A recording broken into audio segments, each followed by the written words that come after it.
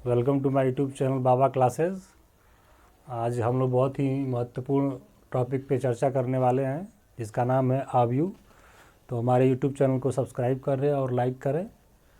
अब चलते हैं, हम इस विशेष सब्जेक्ट पे बात करते हैं आव्यूह वाले पे। तो ये हमारे इंटर के मैथमेटिक्स का बहुत ही इम्पोर्टेंट चैप्टर है आपका आव्यूह। सबसे पहले हम इसकी परिभाषा पे ध्यान देते हैं कि परिभाषा क्या होती है आव्यूह की। तो आव्यूह की अगर परिभाषा बात करते हैं तो परिभाषा में कह सकते हैं कि आव्यूह एक ऐसा संख्याओं का समुच्चय कह सकते हैं, संख्याओं का एक समुच्चय है जिसमें हमारी संख्याएं जो होती हैं एक आयताकार फॉर्म में, आयताकार के रूप में क्या होती है, निहित होती है। उसे हम लोग क्या कहते हैं, आव्यूह कहते हैं। ठीक है।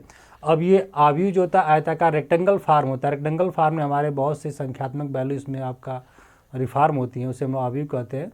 अब इस आव्यूह में जैसे संख्यात्मक वैल्यू मान लीजिए हम लेते हैं, किसी आव्यूह को अगर प्रदर्शित करना होता है आपको, तो हमारे अंग्रेजी के वर्णमाला में कैपिटल ए, कैपिटल बी और कैपिटल सी या कैपिटल एक्स, कैपिटल वाई से हम लोग क्या करते हैं, इसको प्रदर्शित करते हैं। ठीक है। अब इसके अंदर यानी आपका रेक्टेंगल जो आपका आयताकार फॉर्म है, इस आयताकार फॉर्म में जो भी आव्यूह लिखा जाता है उस अवयव को हम लोग हमेशा क्या लिखते हैं, स्मॉल से लिखते हैं। जैसे आपका ए हो गया, बी हो गया, सी हो गया, इसको स्मॉल कैटेगरी में लिखा जाता है। ठीक है। तो ये आव्यूह के हमारे जो आव्यूह में कुछ रो होते हैं और कुछ आपके कॉलम्स होते हैं, जिसको हम रो यानी पंक्ति और क्या होते हैं, स्तंभ होते हैं। तो इस आव्यूह में जैसे मान लिया हमने लिख दिया कि A11 A12 डैश कर देंगे A1n, इसी प्रकार सेम कर देंगे A21 A22 डैश कर देंगे A2n and A31 and A32 dash कर देंगे A3n। तो अब इसमें जो हमारे पास जो एलिमेंट हमने इस आव्यूह में लिख दिया, इस एलिमेंट्स को हम इसको बोलेंगे रो, इसको बोलते हैं रो, इसको रो को हम बोल सकते हैं पंक्ति। और ये जो सिस्टम नीचे वाला होता है इसको हम बोलते हैं कॉलम, यानी इसको स्तंभ बोला जाता है। कॉलम होता है, स्तंभ बोला जाता है। तो अब इस आव्यूह में जो रो होते हैं, जैसे फर्स्ट रो हो गया तो उसको हम फर्स्ट रो को R1, सेकेंड रो जो होगा उसको हम लोग R2 बोलेंगे, और जो थर्ड रो होगा उसको मान लीजिए हम लोग क्या बोलेंगे, R3 बोलेंगे। ऐसे करते जाएंगे शुरुआत करके Rn तक रो हो सकता है आपका। इसी प्रकार पहले कॉलम को C1, दूसरे कॉलम को C2 एंड तीसरे कॉलम को C3 डैश कर दें, आपके पास Cn आपका कॉलम हो जाएगा। ठीक है। तो हम अगर आव्यूह को परिभाषित करना चाहते हैं कि आव्यूह क्या होता है, आगे पास है, तो कह सकते हैं कि आव्यूह एक संख्याओं का या फलन का एक आयताकार सारणी होती है जिसमें बहुत सी हमारी संख्याएं क्या होती है, रेक्टेंगल फॉर्म में इन्वॉल्व होती है, उसे हम लोग के आव्यूह कहते हैं। अब ये कंडीशन है कि आव्यूह में जैसे मान लीजिए हमने लिख दिया कि पास की कुछ एग्जाम्पल में, जैसे सपोज कर लें कि हमने एक आयताकार फॉर्म ले लिया, इसमें 2 है, 5 है, 3 है, 4 है, 5 है, 6 है। ये हमारा क्या हो गया, एक आव्यूह फॉर्म हो गया। ठीक है। जिसमें हमारी इस आव्यूह फॉर्म में क्या हो रहा है, पास कि इसमें आपके पास इसमें आपको फर्स्ट रो इसको R1, इसमें हमारे पास 3 क्या है, रो हैं, R1 and second R2 and तीसरा क्या हो गया R3, ये तीसरा रो हो गया। एंड इसमें 2 कॉलम में C1 एंड C2। तो इस तरह के फॉर्म को हम लोग क्या बोलते हैं, आव्यूह बोल सकते हैं। ठीक है। ये आव्यूह होता है। अब ये तो मान लीजिए आव्यूह की परिभाषा होगी कि आव्यूह किसे कहते हैं, तो हम कह सकते हैं कि आयताकार फॉर्म में संख्याओं का जो समुच्चय होता है उसे हम आव्यूह कह सकते हैं। इसमें हमारी संख्या का इन्वॉल्वेशन, जो संख्या रखी जाती है उसको हम लोग प्रकृति से क्षैतिज जो होता है उसको रो दिखाते हैं, और जो परपेंडिकुलर लंबवत होता है उसको हम लोग कॉलम कहते हैं। अब उसमें दिखा दिया कि R1 है, R2 R3 Rn तक हो सकता है, C1 C2 C3 कहाँ तक, Cn तक हो सकता है। ठीक है। जैसे हमने एग्जांपल आपको यहाँ बताया, जैसे 2 5 3 4 5 6, इसमें आपका 3 रो है एंड 2 क्या है, कॉलम है। ठीक है। तो अब दोस्तों चर्चा होती है, अब तो आव्यूह की चर्चा होगी। हम लोग चर्चा करेंगे किस वाले पे, आव्यूह की कोटि क्या होती है। आव्यूह की कोटि की चर्चा करेंगे। आव्यूह का कोटि क्या होता है, कोटि, जिसको हम लोग इंग्लिश में इसके लिख सकते हैं matrix of order of matrix.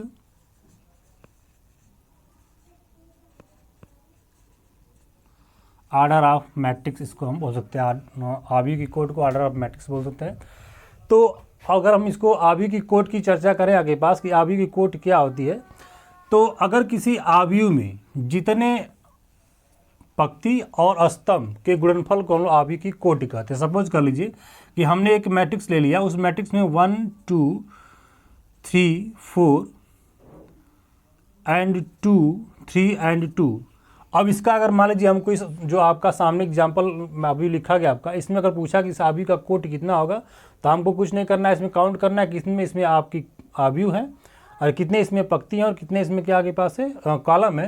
तो अगर कोट की चर्चा करना होगा तो हमको क्या डायरेक्ट आपको कॉलम यानी आपका रो इंटू क्या करना है, रो इंटू कॉलम करना है। तो रो हमारे पास कितना है इसमें आपका 3 है एंड कॉलम कितना इसका है 2 है। इस आप जो सामने जो आव्यूह लिखा गया इस आव्यूह की कोट कितना हो गया 3 × 2 हो जाएगा। ठीक है, ये आव्यूह की हमारे पास कोट आ जाएगी। ठीक है, तो ऑर्डर ऑफ मैट्रिक्स की चर्चा करें तो हमारे पास करना है कि आव्यूह की पंक्ति और आव्यूह के कॉलम का मल्टीप्लिकेशन जो होता है वही आव्यूह का क्या होता है आपका कोट होता है। ठीक है, तो ये आव्यूह की कोट हो जाएगी। जैसे मान लीजिए हमारे साथ एग्जांपल आपको लिख दिया 3 × 2 का हो जाएगा। अभी अब जस्ट हम लिख सकते हैं कि पास 1 2 3 2, इसका अगर कोट बताना होगा तो हमारे पास क्या 2 रो है एंड 2 कॉलम है, तो 2 × 2 क्या हो जाएगा, ये आव्यूह की क्या हो जाएगी कोट हो जाएगी। अब इसमें पूछा जाएगा मान लीजिए 1 2 3, इसमें पूछा जाएगा इस आव्यूह की कितनी कोटि है, तो हम लिख सकते हैं इसमें आपका आव्यूह की कोट कितना है 1 रो है, तो 1 × कितना कॉलम है आपके पास है 3 है, तो इसकी कोट कितना होगी 1 × कितना हो गया 3 हो गया। ठीक है, तो ये आव्यूह की हमारे पास क्या हो जाएगा, ये कोट हो जाएगा। ठीक है, तो अब आव्यूह की कोट हो जाएगा कोट हो गया। अब कंडीशन है कि आव्यूह का निर्माण कैसे होता है। अगर बात चर्चा करते हैं तो मान लीजिए हमारे पास 2 टॉपिक हो गया। एक टॉपिक हो गया आव्यूह। आव्यूह किसे कहते हैं, तो हम कहते हैं आयताकार फॉर्म में संख्यात्मक जो वैल्यू होती है उसके जो रो एंड कॉलम को हम लोग आव्यूह कह सकते हैं। आगे पास है आव्यूह की कोट क्या होती है, तो पंक्ति और स्तंभ के गुणनफल को आव्यूह का कोट कहते हैं। अब चर्चा हम लोग नेक्स्ट बिंदु पे चर्चा करेंगे कि आव्यूह का निर्माण कैसे किया जाए।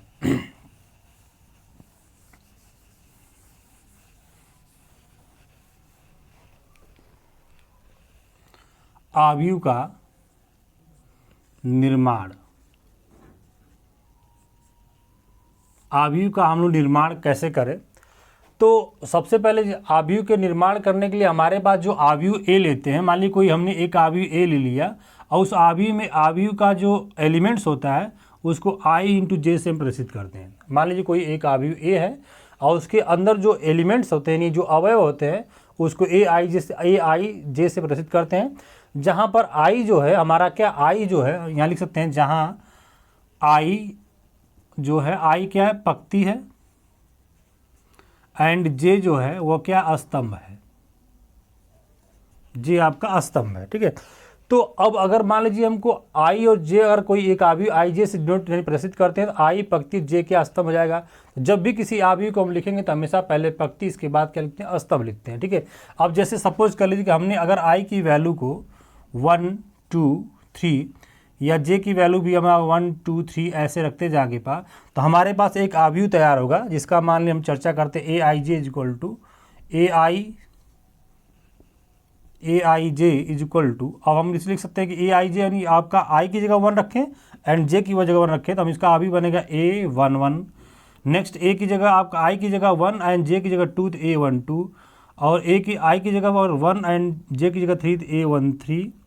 इसी प्रकार हम नीचे रखेंगे आपके पास कि I की जगह 2 एंड J की जगह 1 A21 and A22 A23 A31 A32 A33।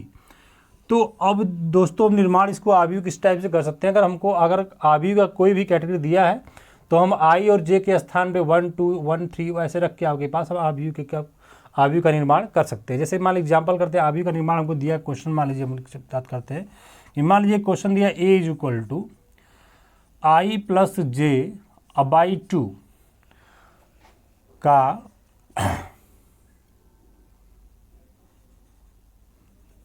एक आव्यूह 2 × 2 के आव्यूह का निर्माण कीजिए।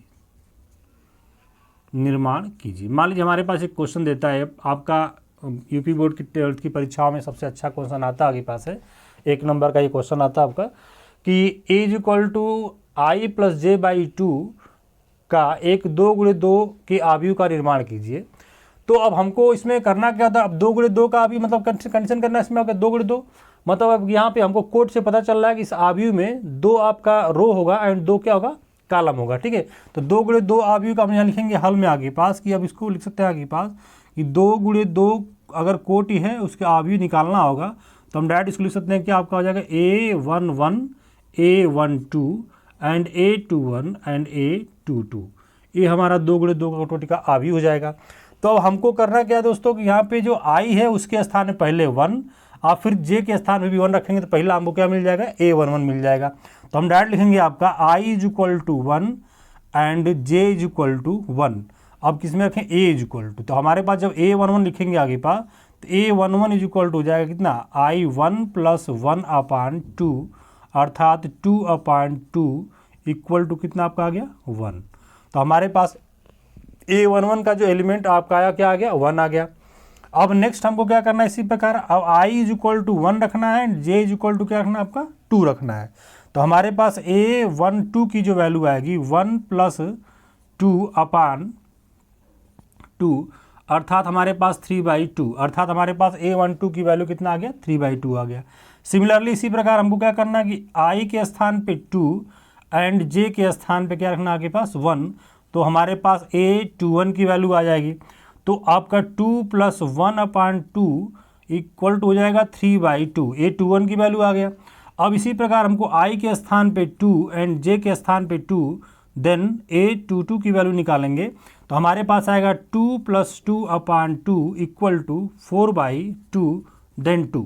तो हमारे पास देख रहे हैं दोस्तों कि आपका A11 की वैल्यू, A12 की वैल्यू, A21 की वैल्यू, A22 की वैल्यू आपको मिल गई। ठीक है, अब ये सभी वैल्यू हमको जो ऊपर कोट लिखे हैं 2 × 2 के आवी लिखा गया है, उसी आवी में सभी वैल्यू को रख दिया जाए। ठीक है, तो जब रख दिया जाएगा तो उसमें हमारे पास जो वैल्यू मिलेगा वो 2 × 2 कोटि का एक आवी हमको निर्माण हो जाएगा। ठीक है, तो हम लिखेंगे डायरेक्ट आपके पास वैल्यू रखेंगे तो हमारे पास आएगा A11 A12 A21 A22 equal to, अब इसमें सबकी वैल्यू रखिए। A11 की वैल्यू कितना आपका है, 1 आया है। A12 की वैल्यू कितना है आपका, 3/2 आया है। अब A21 की वैल्यू कितना है, 3/2 आया है। और A22 की वैल्यू कितना है आपके पास, 2 आया है। तो ये हमारे पास जो आपका आवी निर्माण में जो वैल्यू हमने लगाया आपके पास, ये इसका हमारे पास कितना आ गया, ये आपका आंसर आ गया। तो इस तरह से दोस्तों हम आवी का निर्माण कर सकते हैं। ठीक है, अगर आपको कोई वैल्यू आपका आवी दिया है, उसमें I और J दिया हुआ है आपके पास, तो हम क्रमशः जितने कोटि का आपको आवी निकालना होगा उतने ही उसमें आपका रो की संख्या आपका I के स्थान पे 1 2 3 एंड J के स्थान पे 1 2 3 रख के क्रमशः उस वैल्यू को हम क्या करते हैं, आवी का निर्माण हम लोग कर सकते हैं। ठीक है, तो ये हमारे पास आवी का निर्माण का एक टॉपिक हो गया। ठीक है, अब हम लोग दोस्तों चलते हैं कि आवी कितने टाइप्स के होते हैं, आवी की चर्चा करेंगे, आवी के प्रकार के। तो आपको 3 टॉपिक हमारे पास हो गया, एक आव्यूह हो गया, आव्यूह किसे कहते हैं, आव्यूह की कोटि क्या होती है, आव्यूह का निर्माण कैसे होता है। अगर नोट करना है तो आपके सामने एग्जाम्पल लिखा है, नोट कर लीजिए।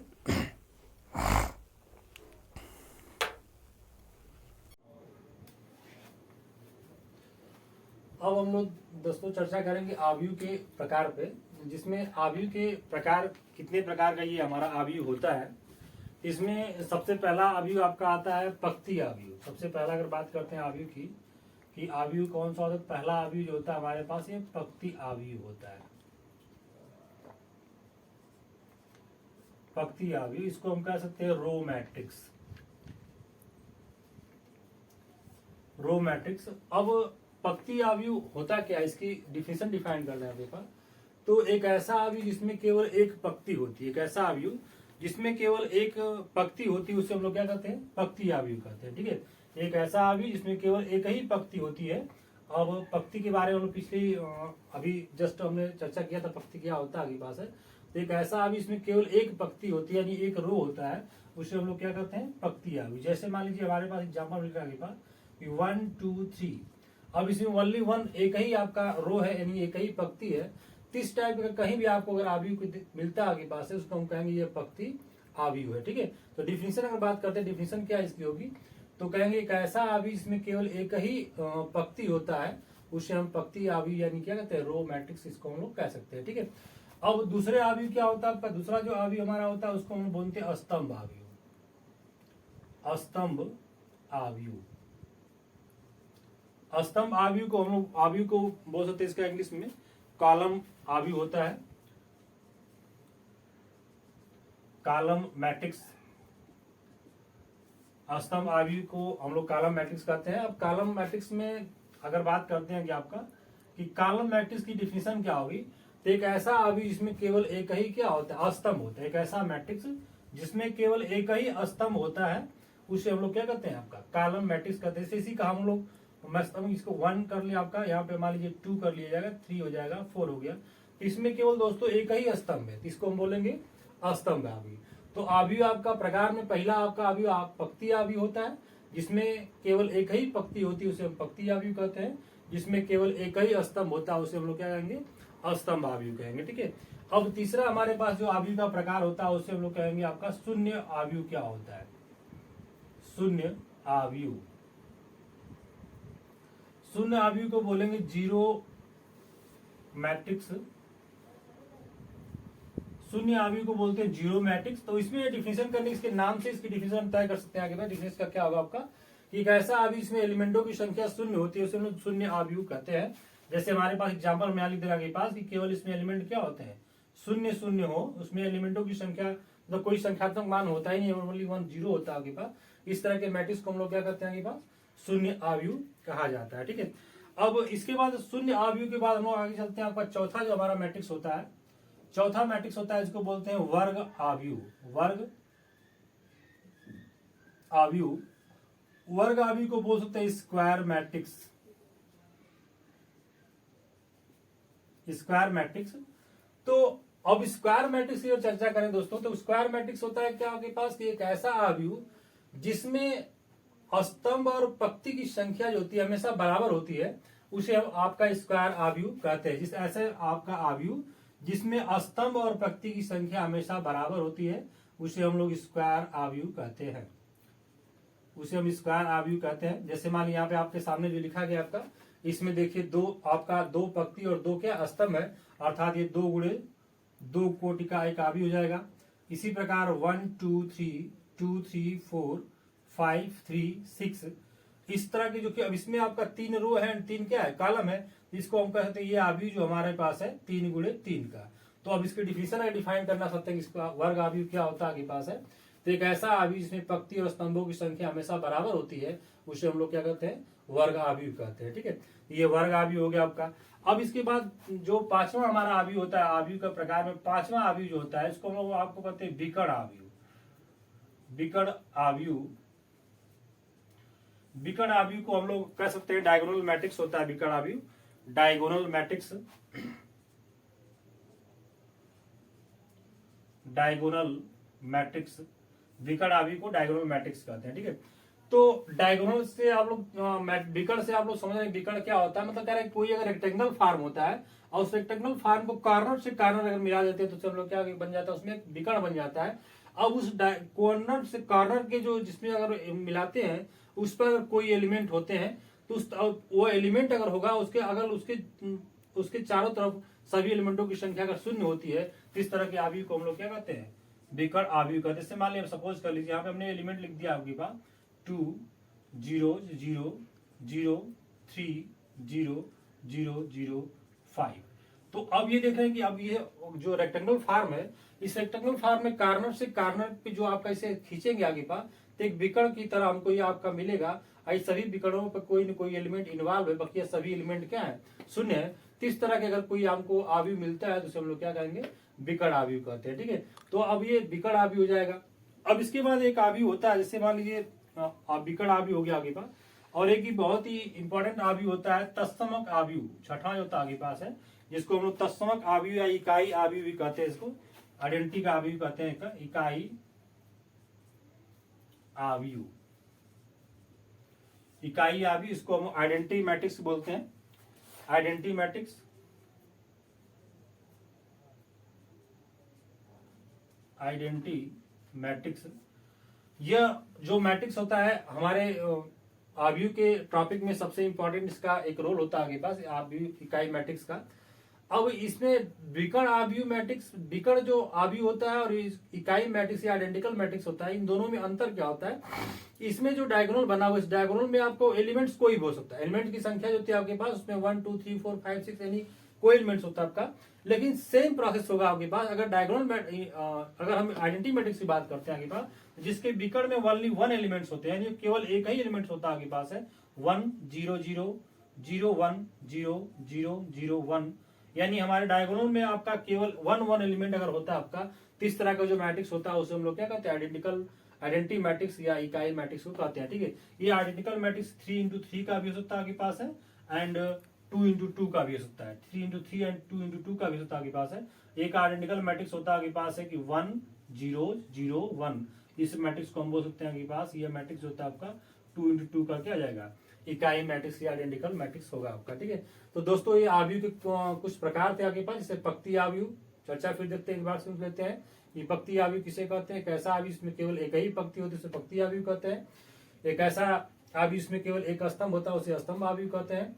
शून्य आव्यूह क्या होता है आपके पास, करा ऐसी आव्यूह में केवल जिसमें शून्य एलिमेंट्स, कोई एलिमेंटों की संख्या नहीं होती, केवल शून्य शून्य एलिमेंट होते हैं, उसे हम शून्य आपका आव्यूह कहते हैं। और चौथा आपका वर्ग आव्यूह है, यानी वर्ग आव्यूह जो होता है इसमें कह सकते हैं कि ऐसा एक आव्यूह इसमें आपका हमेशा पंक्ति और स्तंभों की संख्या बराबर होती है। तो वर्ग आव्यूह जो होता है आपका 2x2 का भी होता है, जिसके 2 पंक्ति 2 स्तंभ होते हैं। 3x3 का भी होता है आपके पास है, जिसमें 3 पंक्ति 3 स्तंभ। 4x4 का भी होता है, जिसमें 4 पंक्ति 4 स्तंभ। यानी हम कहते हैं वर्ग आव्यूह कब होगा, जब पंक्ति स्तंभ बराबर हो जाएंगे, तो ये वर्ग आव्यूह हो जाएगा। पांचवा आपका आव्यूह का जो प्रकार है आपका, इसको कह सकते हैं आपके पास कि विकर्ण आव्यूह जो होता है, डायगोनल मैट्रिक्स होता है आपका। इसमें कह सकते हैं कि आपका इसमें एक सिर्फ डायगोनल पे एलिमेंट्स होते हैं, बाकी सभी एलिमेंट्स क्या होते हैं, शून्य होते हैं, उसे हम विकर्ण आव्यूह कहते हैं। और ये इकाई आव्यूह जो होता है आपके पास, इकाई या आइडेंटिकल मैट्रिक्स जो होता है आपके पास है, इसमें ये आपका आइडेंटिकल मैट्रिक्स 2 टाइप का होता है। इसमें 2x2 का भी होता है, 3x3 का भी होता है आपका, जिसमें विकर्ण में 1 एलिमेंट्स होता है, बाकी सभी एलिमेंट्स का 0 होते हैं आपके पास। ये आपके नीचे लिखा हुआ जो आपका 3x3 का आइडेंटिकल मैट्रिक्स है, और ये आपका 2x2 का आइडेंटिकल मैट्रिक्स है। ठीक है, तो ये आपका आव्यूह का प्रकार हो गया। अब नेक्स्ट टॉपिक जो बहुत ही इंपॉर्टेंट टॉपिक है आपका, उस पर एक क्वेश्चन दिया था आपके परीक्षाओं में, आव्यूह की समानता, या अगला टॉपिक चल रहा है हमारे पास, आव्यूहों का समानता। ये हमारे लिए बहुत ही इंपॉर्टेंट टॉपिक, इस पे क्वेश्चन 2 नंबर के यूपी बोर्ड की परीक्षाओं में क्वेश्चन पूछे जाते हैं। आव्यूह का समानता क्या होता है, या इक्वल ऑफ मैट्रिक्स क्या होता है। इसमें हमको कुछ नहीं, इसमें एक डिफिनेशन जो होती है समानता में, इक्वलिटी क्या होता है आपका। जैसे मान लीजिए हमारे पास 2 आव्यूह है, एक आव्यूह मान लीजिए ए है, एक आव्यूह आपका बी है। अगर उस ए और बी आव्यूह में दोनों की पंक्ति और स्तंभ क्या होते हैं, अगर इक्वल होते हैं, तो हम कह सकते हैं ये आव्यूह क्या है, इक्वल है। जैसे मान लीजिए एग्जाम्पल यहाँ पे लिख रहे हैं आपके पास, मान लीजिए हमारे पास एक आव्यूह ए है। अब इस आव्यूह की बात करते हैं, मान लीजिए 2 हो गया या 3 हो गया, एंड 5 एंड 6। एंड हमारे पास दूसरा जो आव्यूह है 3, मान लीजिए बी एक आव्यूह लेते हैं आगे पास, उसमें दिया x, 2 एंड y, 4। अब सपोज के लिए कंडीशन कर रहा है, कंडीशन ये कह रहा है कि सपोज कर लिए कि अगर ये दोनों आव्यूह बराबर होते हैं, मान लीजिए हमने कंडीशन करा आगे पास ए इक्वल टू बी, तो हमने बताया कि जब ये आव्यूह बराबर कब होंगे, जब दोनों आव्यूह के क्या होंगे, मैट्रिक्स यानी जो एलिमेंट्स होंगे, यानी पंक्ति और स्तंभ बराबर होंगे, तभी जाके आव्यूह क्या बराबर होंगे। तो कंडीशन कह रहा है कि मान लीजिए दोनों आव्यूह ए और बी दोनों बराबर है, जब ये दोनों आव्यूह बराबर होंगे तो हमको इसमें क्या करना, एक्स और वाई की वैल्यू निकालना होगा।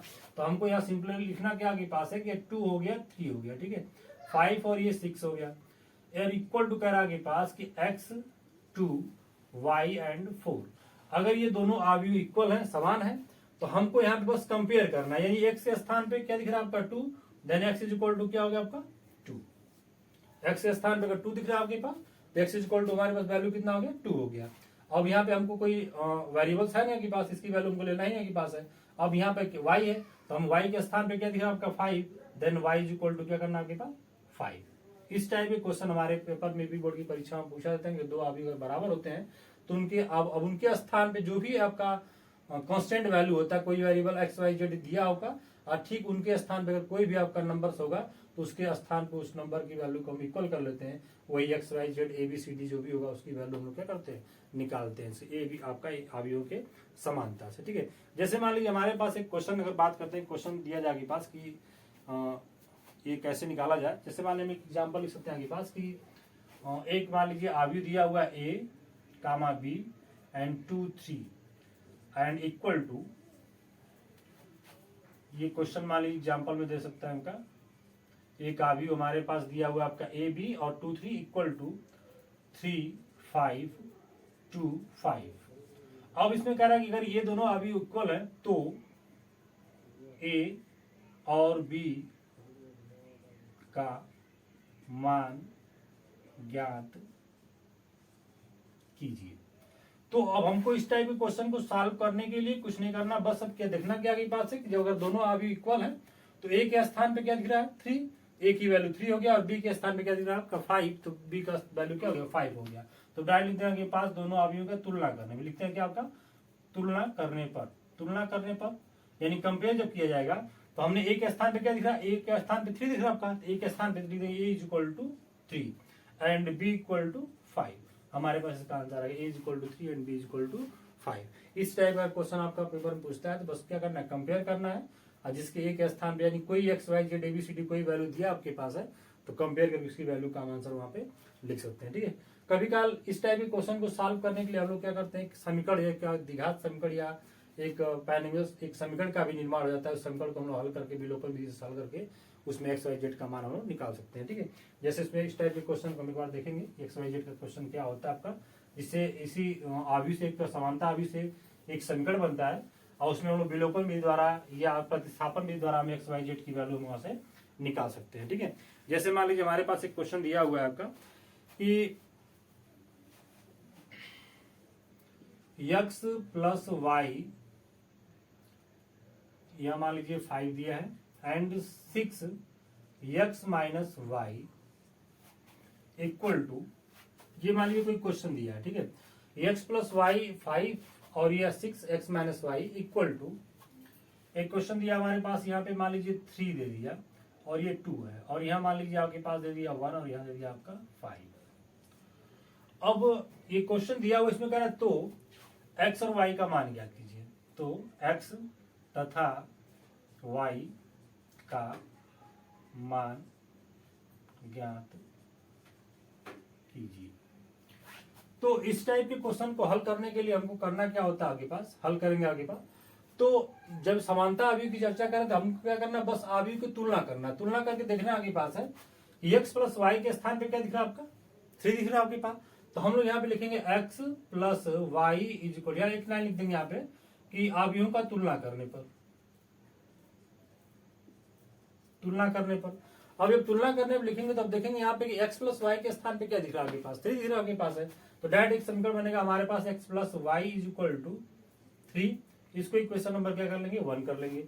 नेक्स्ट जब कंपेयर करें तो हमारे पास x minus Y is equal to क्या दिख रहा है 5 दिख रहा है आपके पास, तो x minus 5 is equal to हमने क्या कर दिया आपका x minus Y is equal to 5, sorry कर लेंगे x minus Y is equal to 5, ये इक्वेशन नंबर हमारा क्या हो जाएगा, ये हमारा इक्वेशन क्या हो गया 2 हो गया। अब इन दोनों इक्वेशन को सॉल्व करेंगे किससे, प्रतिस्थापन विधि द्वारा अगर सॉल्व कर सकते हैं आगे पास, या इसको विलोपन विधि द्वारा भी हम सॉल्व कर सकते हैं। ठीक है, अब इन दोनों समीकरणों को मान लीजिए हमने ऐड कर दिया जाए, जोड़ दिया जाए आगे पास, जोड़ा जाएगा तो ये प्लस और ये माइनस, यहाँ ये वाई क्या होगा कैंसिल हो गया, ये हमारे पास क्या हो जाएगा 2x हो जाएगा, और ये जाएगा कितना 5 और 3 जोड़ेंगे कितना हो गया 8 हो गया। अब 8 हो गया तो हमारे पास x की वैल्यू निकालेंगे तो हमारे पास x इक्वल टू क्या हो गया 4, x की वैल्यू कितना आपका आ गया 4 आ गया। अब नेक्स्ट अब x की वैल्यू 4 आ गया, तो ये x की वैल्यू 4 हम समीकरण 1 या समीकरण 2 में रख के y की वैल्यू वहां से निकाल सकते हैं। ठीक है, यह समीकरण 1 में रखते हैं x की वैल्यू, तो हमारे पास x plus Y is equal to क्या मिला आपका 3 है, अब x के स्थान पे 4 रख दीजिए तो 4 plus Y is equal to 3 हो जाएगा, तो ये हमारे पास वैल्यू जाएगा कितना आपका, अब इसको हम उधर पछाता करते हैं तो प्लस वाला माइनस हो जाएगा, तो y इज इक्वल टू ये 3 minus 4 then y is equal to minus 1। तो हमारे पास x और y की वैल्यू आपका निकल चुका है, x is equal to 4 and y is equal to minus 1। अब हमको चेक करना है कि जो क्वेश्चन जो लगाया गया है सही है कि गलत है, तो हमको ये जो दोनों वैल्यू किसी एक समीकरण रख देंगे, रखने के बाद अगर दोनों की वैल्यू दोनों पक्ष क्या होते हैं संतुष्ट होते हैं तो हम कहेंगे ये हमारा x और y की वैल्यू क्या है मतलब सही आया हुआ है। ठीक है, तो हमारे पास समीकरण दिया हुआ, हम यहाँ चेक करेंगे ये जो क्वेश्चन हमारा आया है, ये जो आपका वैल्यू आया एक्स वाई जेड का एक्स वाई का, तो वो आपका सही है कि नहीं चेक करेंगे। तो हमारे पास देखो यहाँ पे दिया X plus Y is equal to 3, अगर हम एक्स और वाई की वैल्यू रखेंगे और वैल्यू हमारे पास 3 मिलता है, दोनों पर संतुष्ट होता है, तो हमारे पास ये क्वेश्चन यहाँ इसका आंसर क्या होगा सही होगा। तो एक्स के स्थान पे 4 रखा जाए और वाई के स्थान पे क्या रखा जाए -1 रखा जाए। अब इसको सॉल्व करें तो 4 - 1 इज इक्वल टू कितना आपका आ रहा है 3, मतलब ये भी 3 हो गया, उधर भी क्या 3 है, यानी दोनों पक्ष क्या बराबर हो गया, अर्थात कि हमारा आंसर क्या है आपका सही, यानी दोनों समीकरण को आपका एक्स और वाई का मान संतुष्ट कर रहा है, इसलिए हमारा क्वेश्चन क्या है सही है। ठीक है, तो इस टाइप का ये आव्यूह की समानता भी एक क्वेश्चन जो होता है बहुत ही इंपॉर्टेंट होता है, ये क्वेश्चन बोर्ड की परीक्षा में पूछा जाता है। Thank you.